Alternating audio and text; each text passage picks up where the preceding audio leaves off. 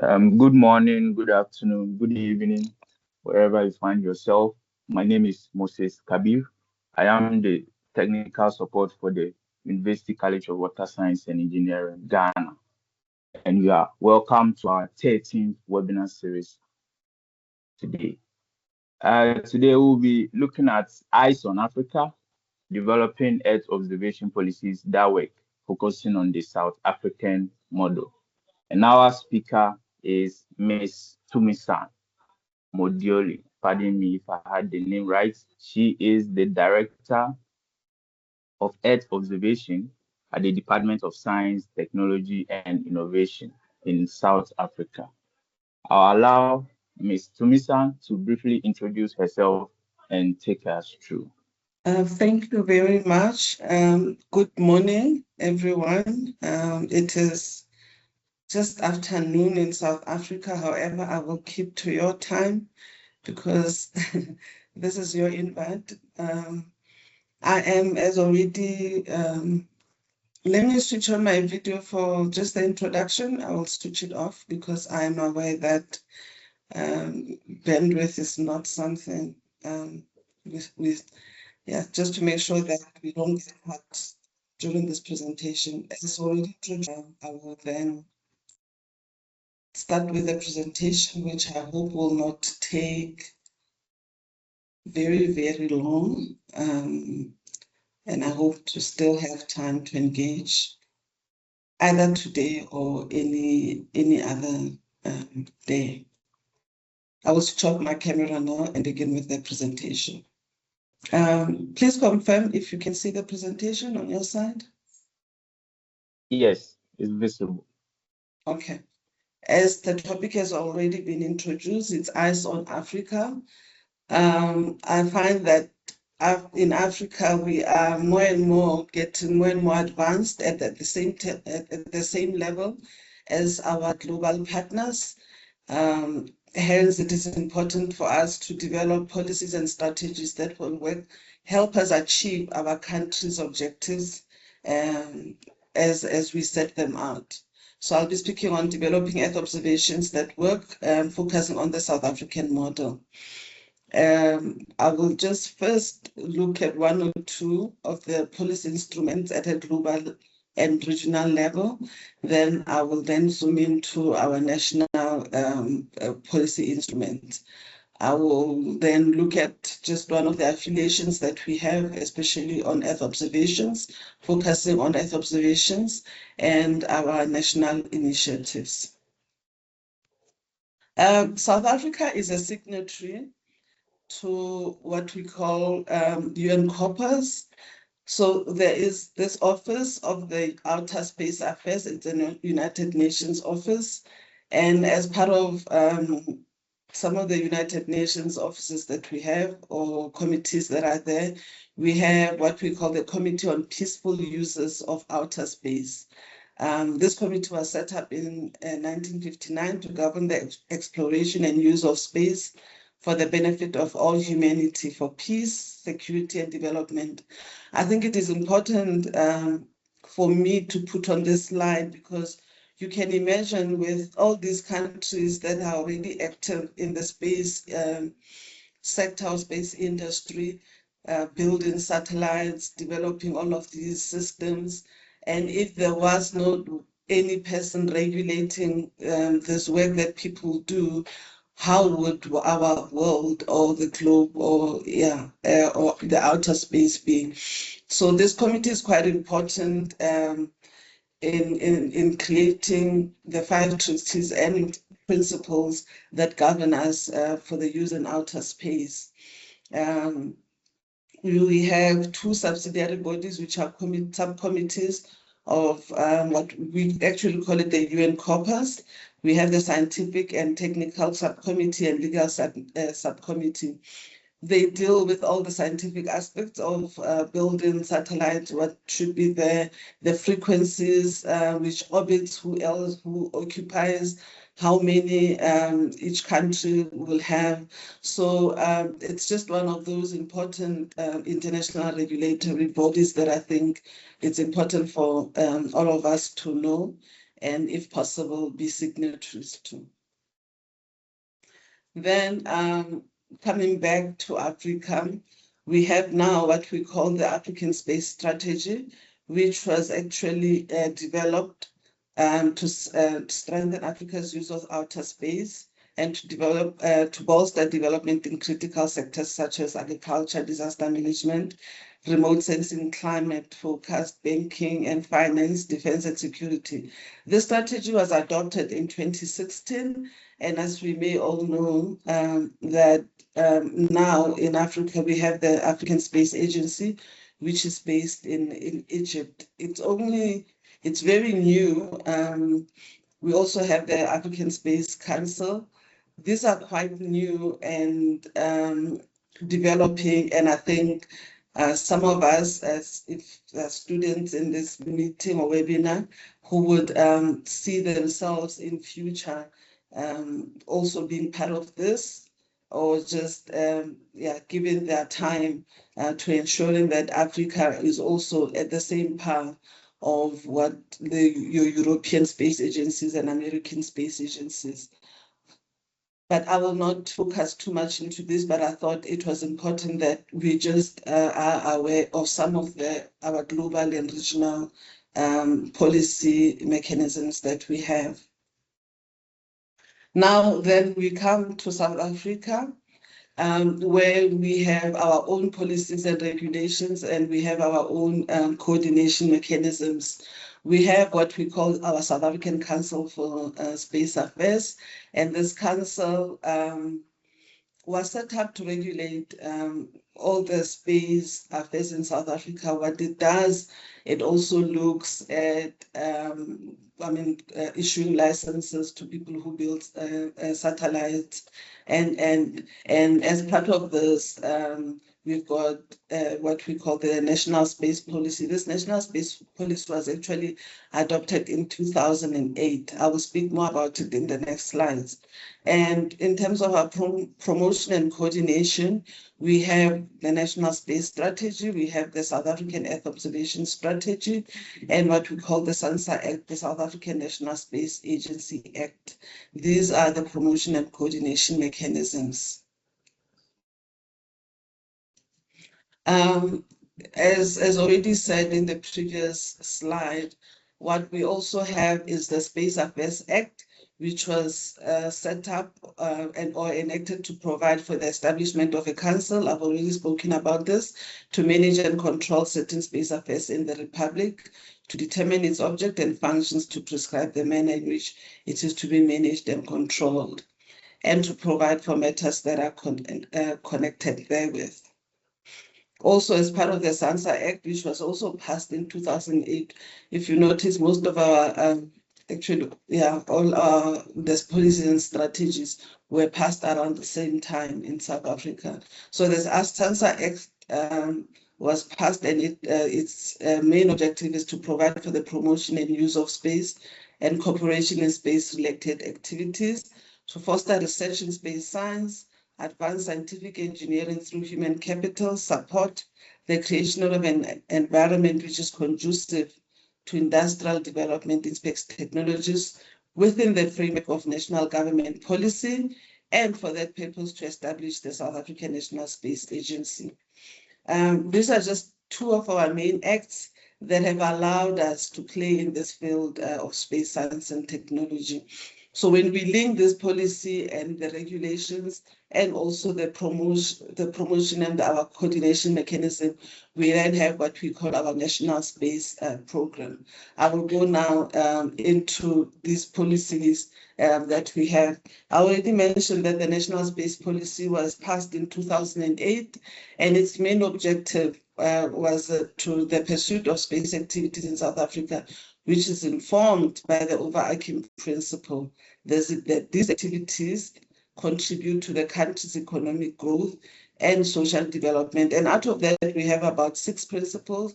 I'm not going to delve deep into them because I do not want to take time, too much of your time. But at just high levels, these principles, one of them is that South Africa is committed to utilizing the outer space for peaceful purposes and the benefit of all humankind.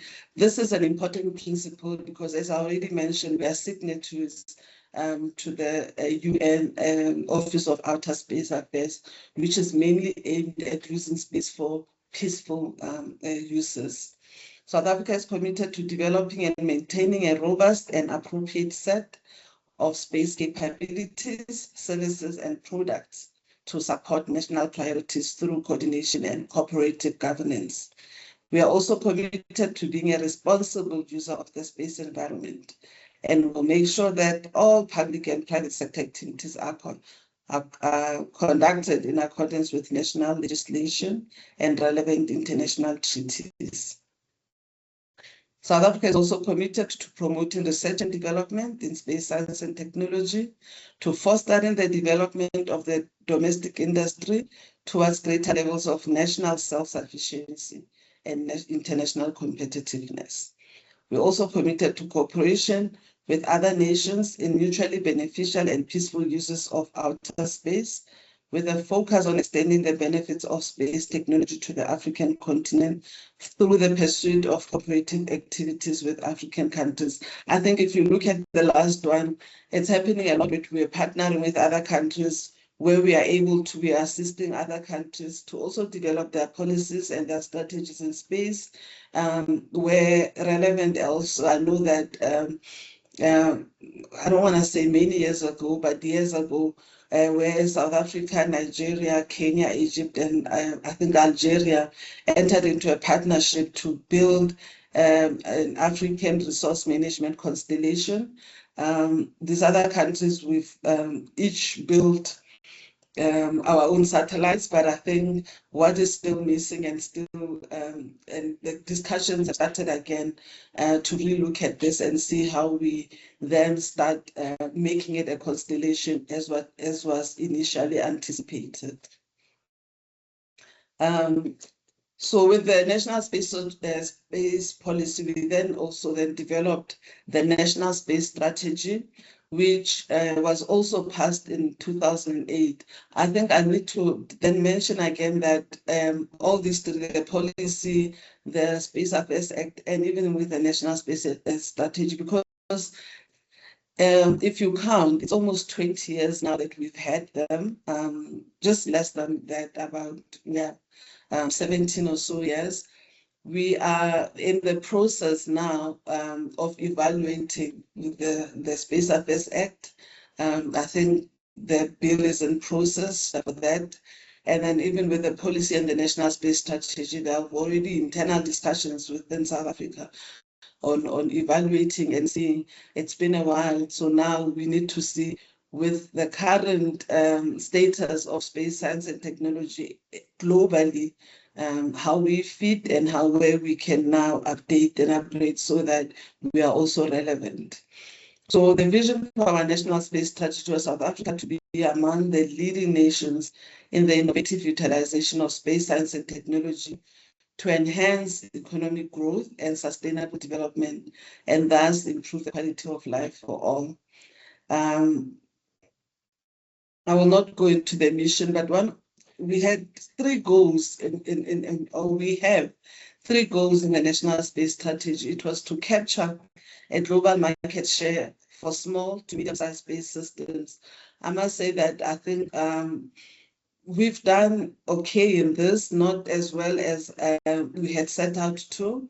I mean, we built our first satellite it was launched in 2009, 2010, no longer operational, but since we've been building nano satellites, or what we call CubeSats as well, and we already have a human capital program at our Cape Peninsula University of Technology in the building of these CubeSats. We've already launched about 3 of them, and we've got 6 to go. And these were mainly for marine domain awareness, but we're looking at other or priority areas that we can use these CubeSats for. South Africa is also now in the process of finalizing the long-awaited EOSat-1, which was started, but we had to stop that project, but we've started it again through our now established National Space Agency. One of the other goals is to empower better decision-making through the integration of space-based systems with ground-based systems. And this is just one part that I think also internationally we've partnered very well with other countries on, to also use space science and technology to develop applications. And this is where Earth observations then comes in. At the time when the strategy was developed, our key focus areas included environmental resource management, health, safety and security, innovation and economic growth. And as I said, these are just some of the focus areas that we need to relook and have a new set of focus areas that are fit for the time that we live in now.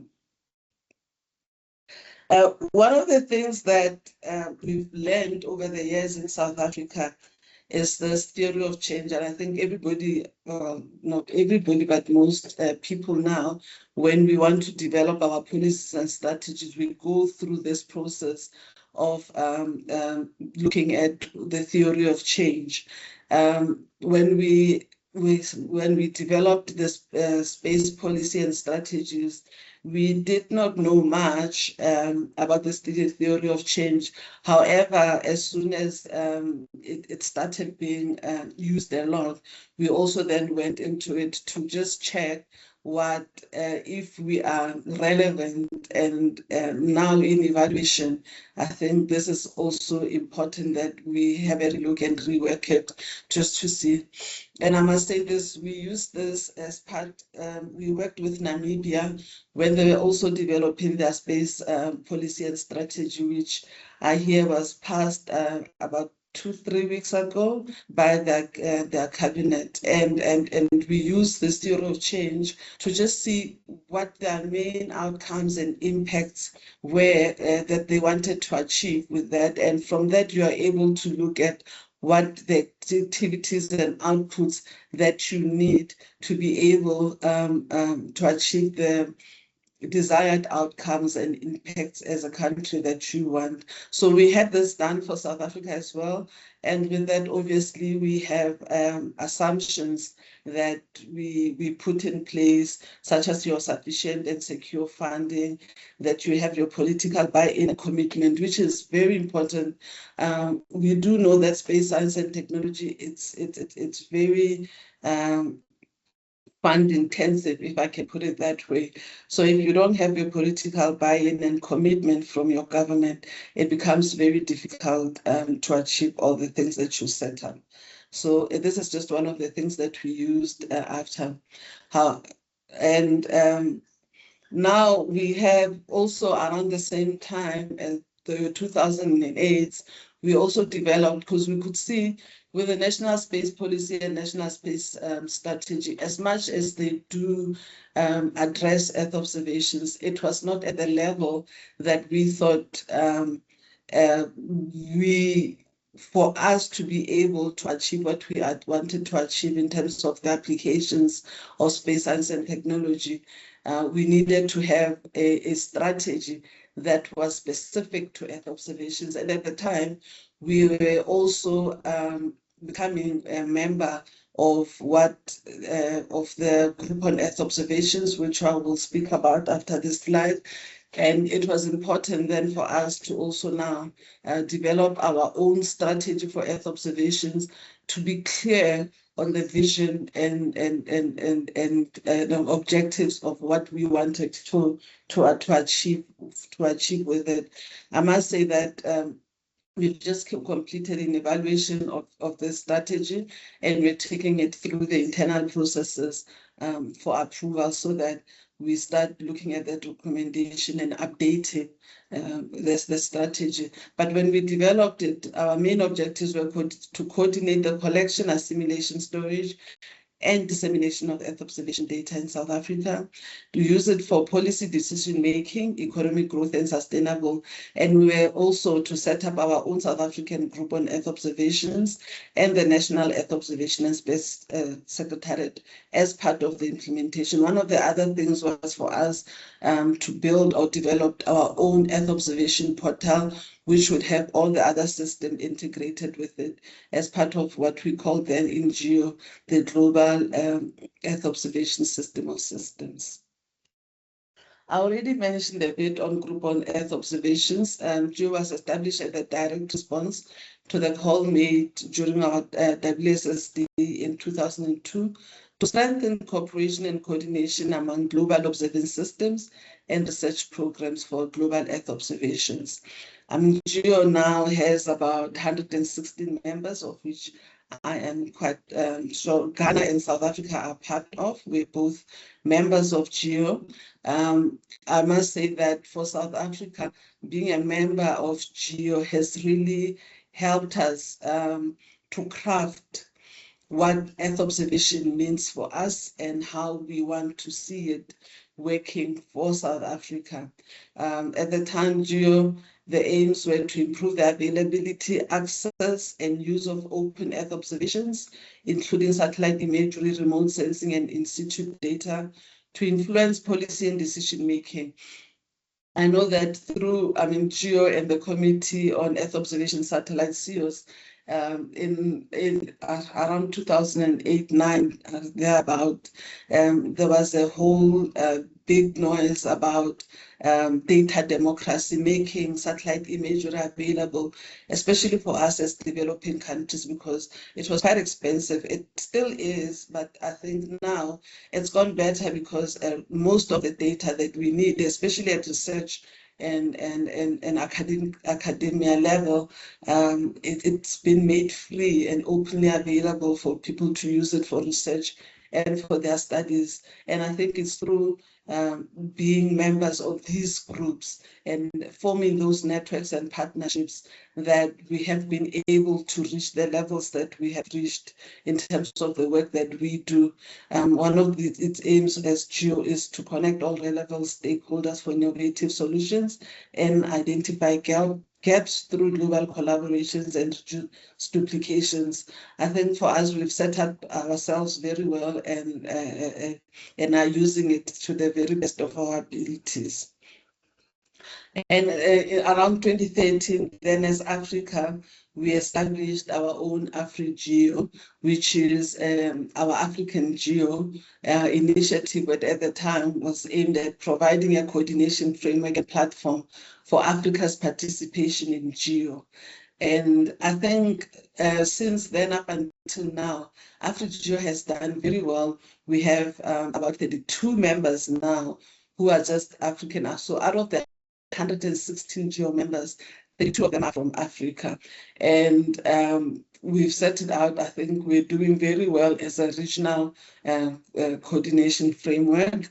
And we're actually now looking at renewing or updating our vision for GEO, because I think we've achieved our aim in terms of the coordination framework, and we need to then set it up to do way more than just being a coordination framework.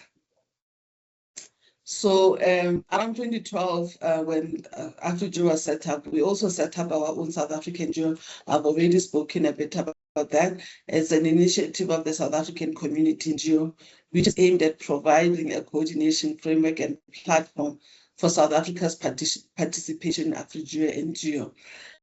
So we've used this to set up our community in a way that we are able to support them. So as a department, we've also established what we call the National Earth Observation Space Secretariat. And this secretariat is actually responsible for ensuring that the community, the South African GEO community, meets on a regular basis, are able to work on some of the flagship projects at GEO and AfriGeo level, are able to be active at community of practice level, both at the global, regional, and also nationally. The communities of practice that we set up in South Africa are aligned to those at the global and the regional level. This is just to ensure that we don't miss out and we work. And it's proven very beneficial for our Earth observation community because they meet regularly. We've got workshops, what we call integrated community of practice workshops, which we hold once a year as a physical or in-person meeting. And then for the rest of the year, they are able to meet every quarter virtually. And this also is because of all the funding challenges that we always find ourselves in as countries, and especially as developing countries. This news also, as part of it, we have what we call the National Space Conference that has been taking place annually, but we may move it to taking place biannually so that we are able to look at other things that we may do. Working together with the space agencies, the SAGO or the Space Secretariat, our Earth Observation Secretariat. Also, we issue calls to the community to work on projects that I think that will benefit the communities. So we call it themes, empowering communities to drive local impact. So whatever projects that they then work on should be projects that are going to be beneficial or will benefit the communities that they come from. So I think from a policy and as part of the National Earth Observation Strategy, one of the aims was to set up SAGO and the Space Secretariat. And I think we've achieved that, and it's doing very well. We had a time when we had to take a break to just reassess how it will be beneficial for everybody, because then we needed to bring in other communities. Now we have what we call the SA, the communication sector, which we are slowly building. We've got the navigation and positioning sector, which we are also bringing into this, so that they are also able to benefit as the Earth observation community is benefiting from this. Around 2015 as well, as part of our National Space Program, we set out to understand what the economic case of us being in the space science and technology or means for South Africa, if it is indeed beneficial for the country, and going forward and long term, how we see it benefiting the country, what activities and areas we should be looking at to build the space science and technology community even further, to build the priority areas that we work in, which ones should we focus on as our priority areas, and our coordination collaborations, what we want to look at, our international partnerships, what we want to look at. So and to see up until, this was done up until 2019, 2020, and to see how much revenue South Africa has come up, has made, and what we've invested in this, and how much we will still need to invest. This was also done so that, if you remember, in the theory of change, I spoke about one of the assumptions being the political buy-in and commitment.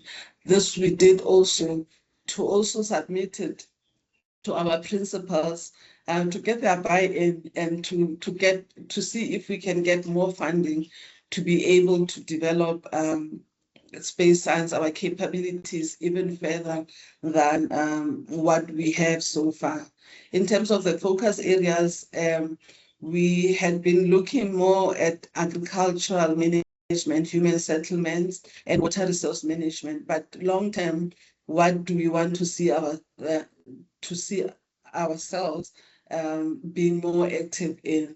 And some of the areas that which had been identified, and this was actually done as part of a workshop with the community itself, helping us helping us develop this so that we're able to then take this and sell it to our principals. Some of the products and technology development that we saw ourselves doing, especially if you look at SAR aperture radar data that we need, especially when you look at the oceans and the coastal areas, you need a more SAR data for your integrated vessel tracking and others. So it was quite important for us to go through this exercise. And I think it's helped us a lot, and especially now looking at evaluating our strategies and policies, that we find ourselves that we are leaning more into it to draft or develop the updated ones. In terms, I think for now I've exhausted the policies and the strategies that have helped us as South Africa to be able to play in the space science and technology sector, even at global level, because we needed to set ourselves up locally in order to be able to be players, both regionally and both regionally and globally.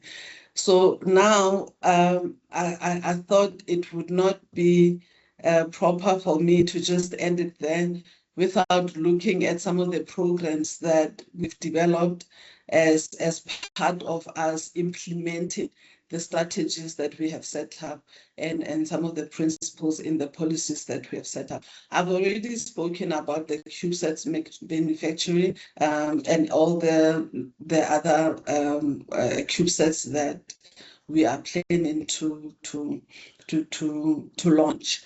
I've already said that we've already launched about 3, and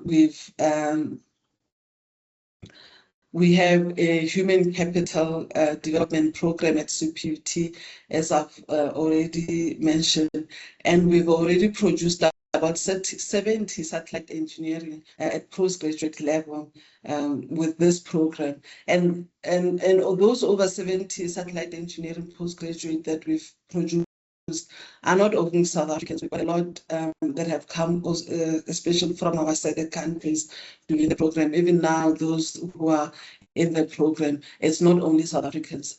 It's just it's actually for our other African countries that have brought in. I know in Namibia, some of them that went through that program are also working with their government in setting up their space agencies, their space affairs in their countries.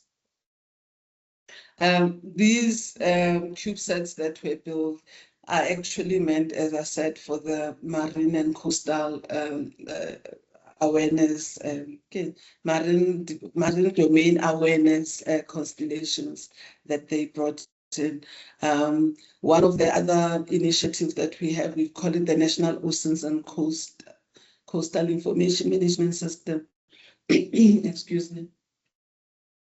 This system was set up as part of an initiative that was called Operation Pakisa. It was our way in South Africa to see how we can benefit from the oceans that we have in terms of the zones that we have in the coastal areas, and these satellites are then used to help detect the oil slick detection in the oceans. We've got quite a big EEZ in terms of this, and your integrated vessel tracking.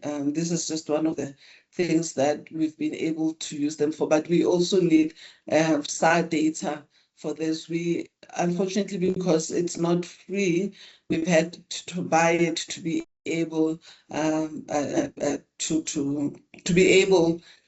to have this information management system as operational and to continue being operational. However, I must say that we already have a program in place with our Council for Scientific and Industrial Research, and this program is looking at building our own SAR technology in South Africa so that we're able to use that with some of the satellite development that will still happen in future, to also start looking at the SAR payloads as well. I will not go into this one. I think I've already spoken about this. I have a lot of slides on the oceans and defense economics, but we've already spoken about this, so I will not go into it. I think it's a repetition as well. One of the facilities that we have is for assembly integration and testing facilities in the Western Cape. And this is where, when we build our satellites, we used it when we had built our Sumandela set, which I have already said it's not operational. And some of the small satellites, the CubeSats, this is the facilities that is used for testing whether they'll be able to stand on their own in the outer space once they are in orbit. And this is also going through, it's going to soon go through an upgrade to make sure that it is also one of the state-of-art facilities for South Africa. So that other countries can also use it for their testing. Hopefully, they will find it cheaper and start in that way come and use it the South African way. We also have with our University of KwaZulu-Natal another program to see if we can have our own indigenous launching capability program. They've been, and it's also produced over about 15 masters engineering students, satellite engineering students who are just looking at rocket building and launching capabilities. If you look, I think we've got if you go to YouTube, the number of sites, some of the tests that we've done, with the last one, which was done in December 2023, I think we have about 2 tests which were done, and I think it's doing quite well. So this program is coming up quite well. It's working, and we're building that launching capability program, and we already have interest internationally of countries that now want to work with South Africa, because in the Western Cape, we've got that added advantage of being at the southernmost tip and closer to the ocean, which makes it a good environment also for launching for the country. And we've also established a Space Weather Center. This is just one of the things that, as part of our strategy and implementation, we were set out to do. And this, it was actually launched around the same time that we were in Ghana for the geoplanary in 2022 in November. So the launch took place there, and they're already working with a number of universities and hosting some of their instrumentation in universities in Botswana, Ethiopia, Kenya, Nigeria, Zambia. And I know that they've started working with Tanzania as well. So this is just one of the areas, if you're also interested, that you can look at working with South Africa on.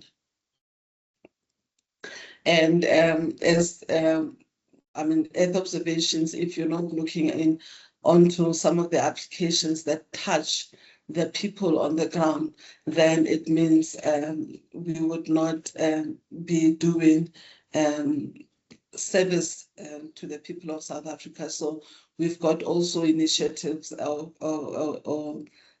projects in flood risk assessments, in drought monitoring.